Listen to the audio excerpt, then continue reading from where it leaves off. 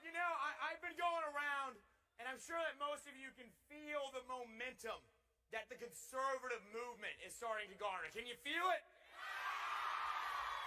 Especially with young people, because, we've got this woke left, and they're extremely loud and extremely noisy, but when you strip away these ideas of Republican and Democrat, these labels we put on certain ideologies, and you offer, we want a limited government, we want you to rule your own life, it is amazing how many people agree with conservative doctrine.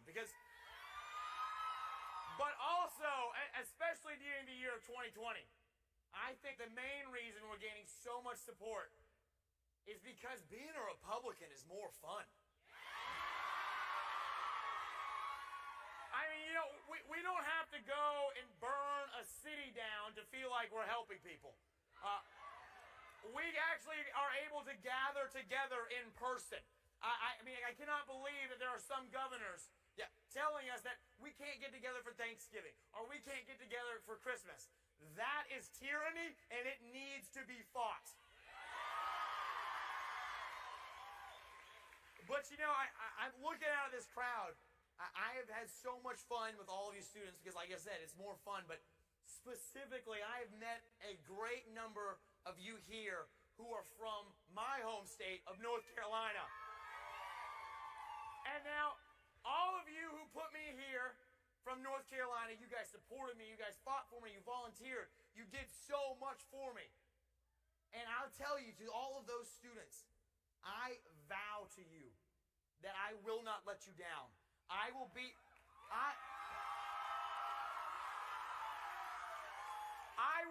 your weapon in Washington, D.C. Someone who will not back down. And, I had a lot of people asking me, well, when you get to Washington, you being so young, do you think they're gonna make you bend? They're gonna push you a certain way, make you more liberal, make you less conservative? I would just look at them and say, well, I don't think they're gonna bend, because first of all, we need some Republicans with some backbone, and my backbone is reinforced with titanium, so we're ready to fight. But the main reason that it's more fun to be a Republican, because we can go to bed tonight knowing that we are actively helping to create a better society for our friends, for our neighbors, for people who don't look like us, don't believe like us. We want all of them to have freedom.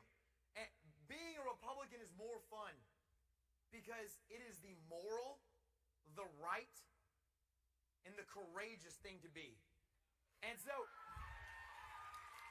I had this cool speech written. I was going to pop a wheelie and be really fun.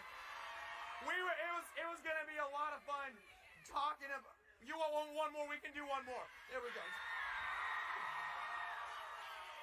But talking about being a Republican, I was working on this speech last night, and I got to this point, and I was sort of saying, being a Republican is the moral, the right, and the just thing to do. And I was thinking to myself, in my heart of hearts, I know that there's something that I need to do. I know that there's something that is the right thing to do. But it's not a good move for my career in Washington. It's not a good move for me personally. But then I started thinking to myself, I said, wow, that is the problem. Going to Washington is not a career. It is a mission that you are called to. And I see a lot of great North Carolina supporters right here. And just as I said, I vow to you that I will go to Washington to fight for you, to do the right thing, I realize that it is incumbent upon me to do what is right. And so I'm going to alter my speech quite a bit, and I know my comms team and all my advisors are probably freaking out right now.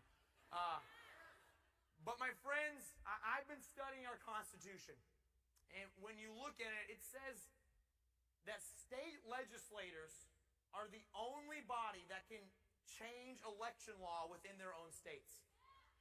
But when you look at what's happened in a lot of these liberal swing states that have liberal governors and liberal secretaries of state, you can see that they have broken the law and gone against our Constitution with this election. And so, because of that, on January 6th, as the people of Western North Carolina sent me to Washington to do a job, I will be contesting the election.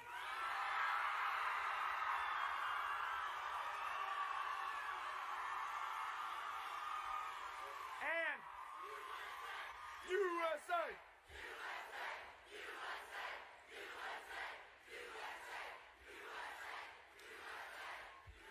And not only that, I have a message, and I don't know exactly which camera's doing it, but I'm going to look straight into that camera.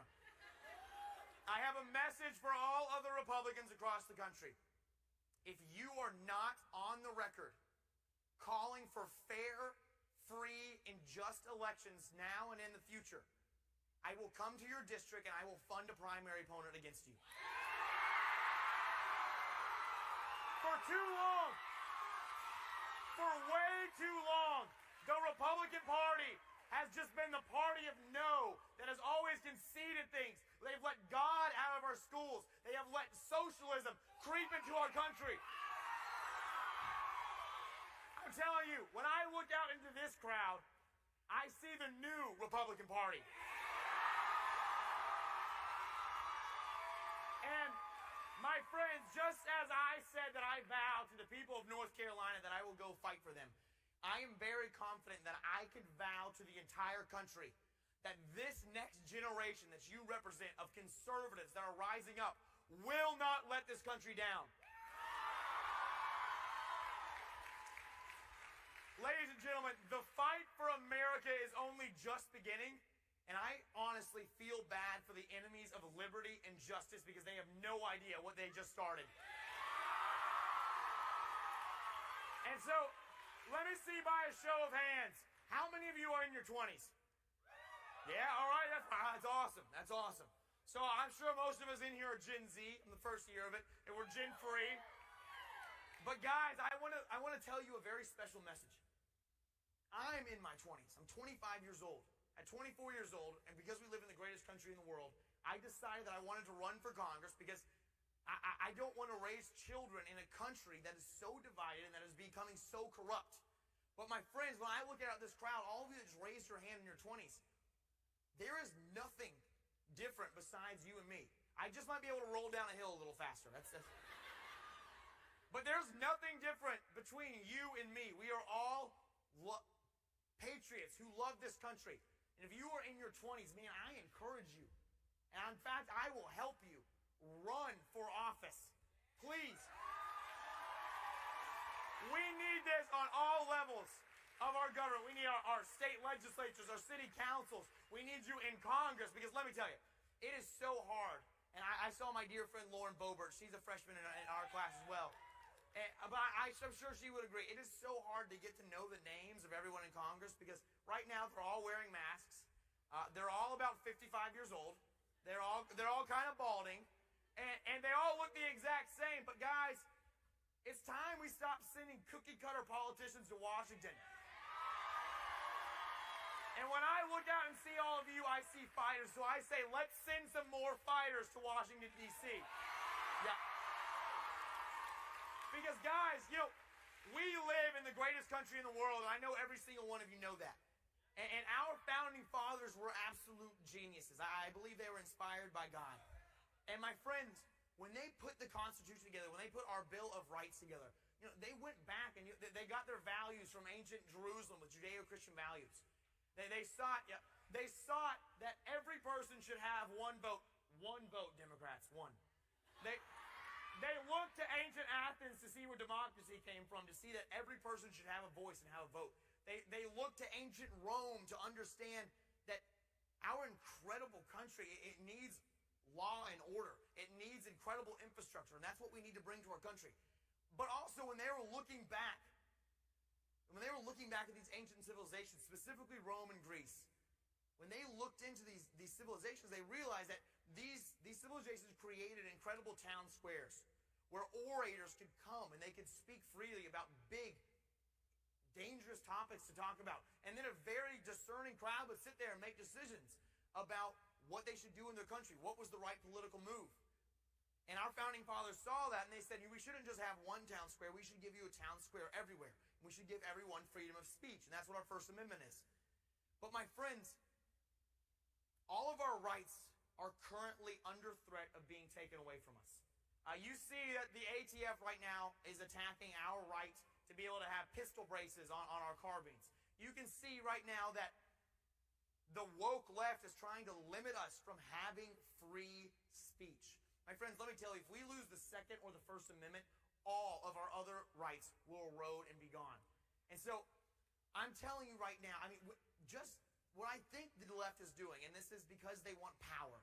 They're telling people, you know what, let's create a society where you are free from being offended. And they're using that to get these people who pull on their heartstrings, who, wear their hearts on their sleeves, saying, yeah, I don't want to offend everybody, and you shouldn't want to offend other people too. I mean, if you go around purposely trying to offend somebody, that doesn't make you brave, it just makes you a jerk. But also Ben Shapiro is absolutely right when he says that facts don't care about your feelings. Yeah. And so, when we start thinking of what's going on, and we see, you see PragerU and Morgan Zegers, they're defending capitalism and free speech, and I think it's an incredible job.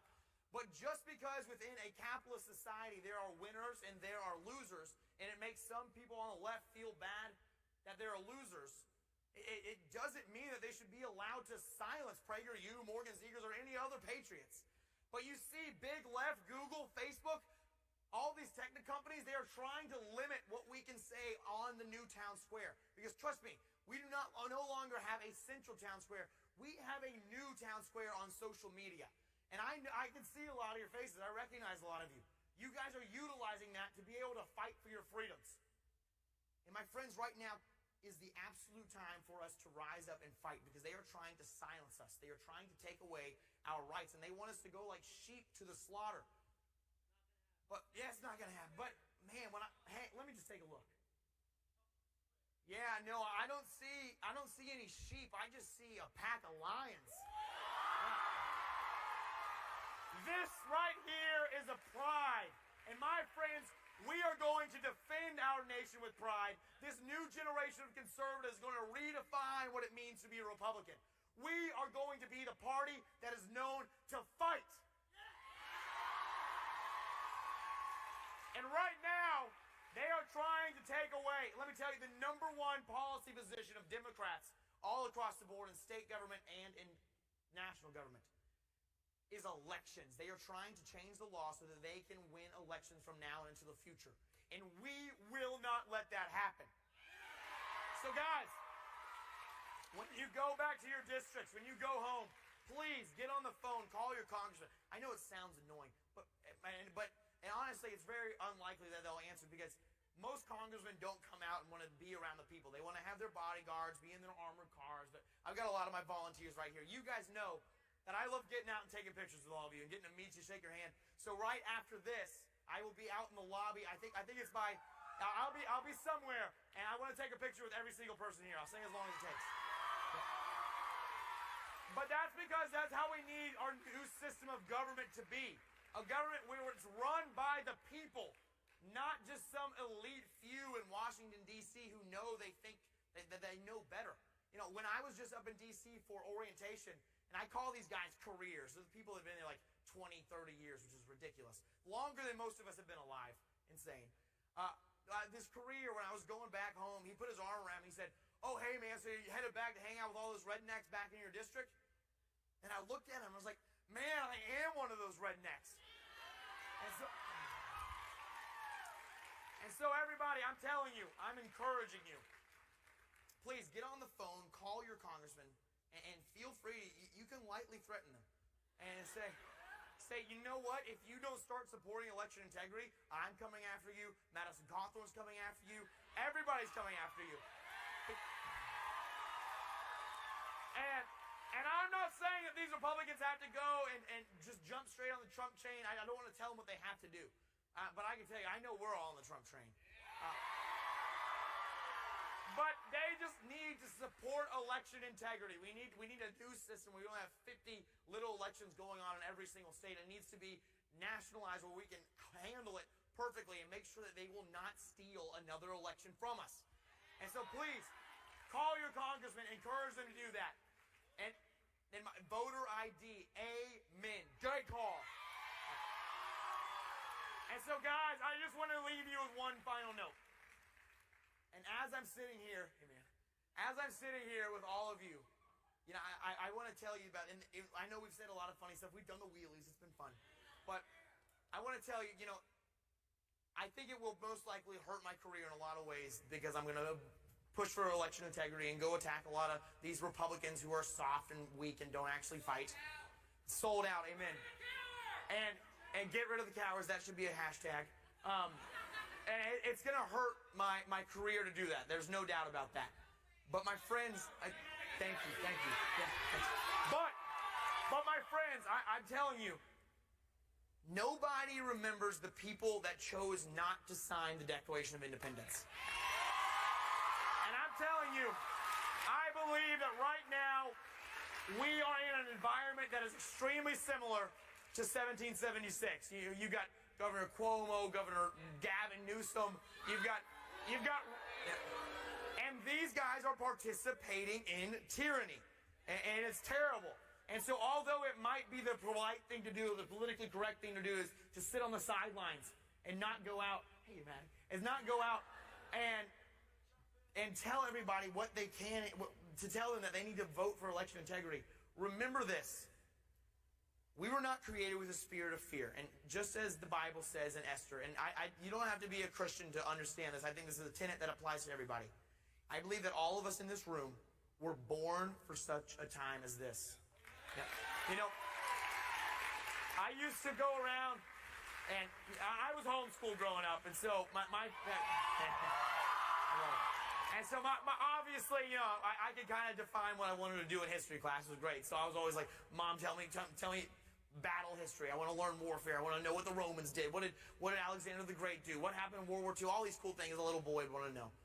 And I always asked God, I said, God, you gave me this spirit when I want to go be on a battlefield, where I want to go defend the rights and liberties of everyone around me.